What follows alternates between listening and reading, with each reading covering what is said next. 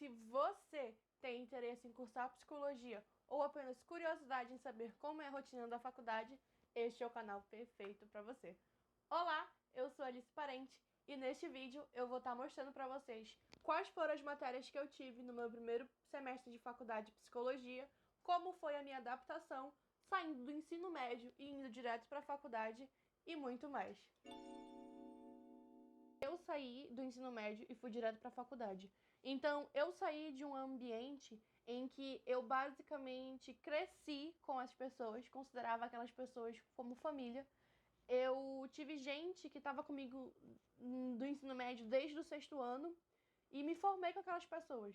E você sai de um ambiente assim e vai para um ambiente acadêmico onde você não conhece ninguém.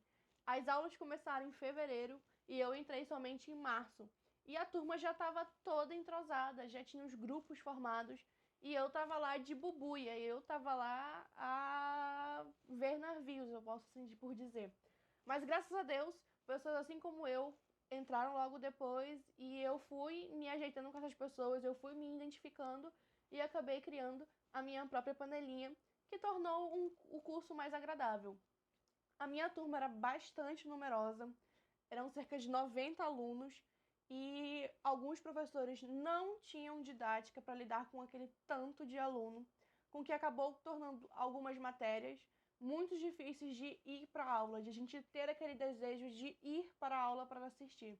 Mas graças a Deus eu relevei algumas vezes isso e fui mesmo assim e consegui ter êxito. Eu consegui ser aprovada em todas as matérias.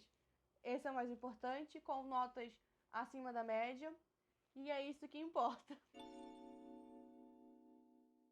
Para falar da minha grade curricular, eu peguei aqui um netbook para a gente ir acompanhando. Eu fiz algumas anotações e vou compartilhar com vocês. Durante o primeiro semestre, eu tive 5 matérias, sendo uma EAD, ensino à distância. A primeira matéria foi Anatomia e Fisiologia Humana. A segunda matéria foi História e Psicologia Geral. A terceira foi Metodologia do Trabalho Científico. E eu tive Literatura, Interpretação e Produção de Texto. E eu também tive Sociologia e Antropologia Humana. Bem, na matéria de Anatomia e Fisiologia Humana, a professora não tinha um jogo de cintura para lidar com aquele número de alunos muito volumosos. Então, as aulas um pouco começaram a ficar bastante cansativas, porque ela tinha que parar a explicação de onde ela estava para, infelizmente, chamar a atenção dos alunos. E isso era chato tanto para a gente quanto para ela. Mas isso foi um reflexo, né, lá nas provas dela, em que quase toda a sala ficou com a corda no pescoço. Mas graças a Deus eu consegui relevar isso, né? E fui aprovada.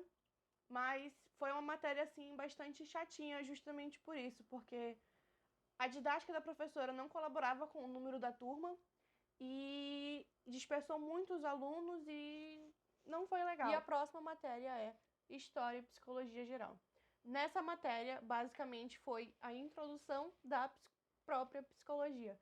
A gente estudou um pouco sobre cada corrente, sobre os principais teóricos, e a professora teve um jogo de cintura muito bom, porque ela trouxe experiências de casos que ela já consultou e teve, no caso, teve a dinâmica de trazer para a sala de aula, e isso fez com que os alunos se prendessem mais. Literatura, Interpretação e Produção de Texto. Essa era a matéria de sexta-feira, dava pouquíssimos alunos, mas eu amava a aula daquela professora, porque a gente debatia sobre assuntos recorrentes, assuntos que estavam bombando na mídia, e a gente podia entender o lado da professora, o nosso lado, e ela sempre tentou buscar para que as nossas produções de texto fossem sempre voltadas para a visão do psicólogo. Então ela abriu bastante nossa mente sobre como que a gente, como profissionais, deve se posicionar em determinados assuntos. E Metodologia do Trabalho Científico, basicamente, foi uma matéria EAD, foi ensino à distância, onde a gente aprendeu a elaborar trabalhos e a formatar trabalhos acadêmicos, sociologia e antropologia. Bem, essa matéria, o professor, ele, logo na sua primeira aula em que eu participei, ele foi bem ciente e direto. Ele disse que os alunos que fossem para a aula dele fossem somente para aprender o conteúdo que ele estava dando. Ele não dava falta, então somente ia quem queria aprender e quem estava interessado na matéria. Como era o sistema de avaliação do primeiro semestre? Bem, a cada 3 meses a gente passava por uma semana de prova, então a gente tinha a N1 e a N2. E tanto na N1 quanto na N2 eram divididos assim. A gente tinha as notas parciais e a prova institucional. As provas parciais eram os professores que ficavam encarregados de avaliar, né, no decorrer desses 3 meses, de acordo com o que eles quisessem. Eles podiam passar seminários, trabalhos, para a gente gravar um vídeo explicando o conteúdo, fazer um mapa mental, era a critério deles.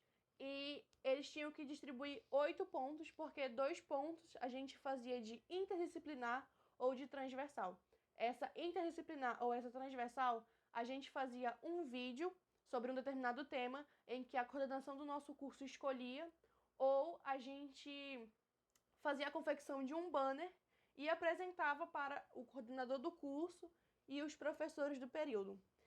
Valiam 2 pontos e normalmente eram em grupo. E as provas institucionais, que valiam de 0 a 10 e eram no estilo ENAD, com as questões de asserção à razão, verdadeiro ou falso, uma única resposta, que basicamente eram 6 questões ou eram 7 questões neste estilo, né?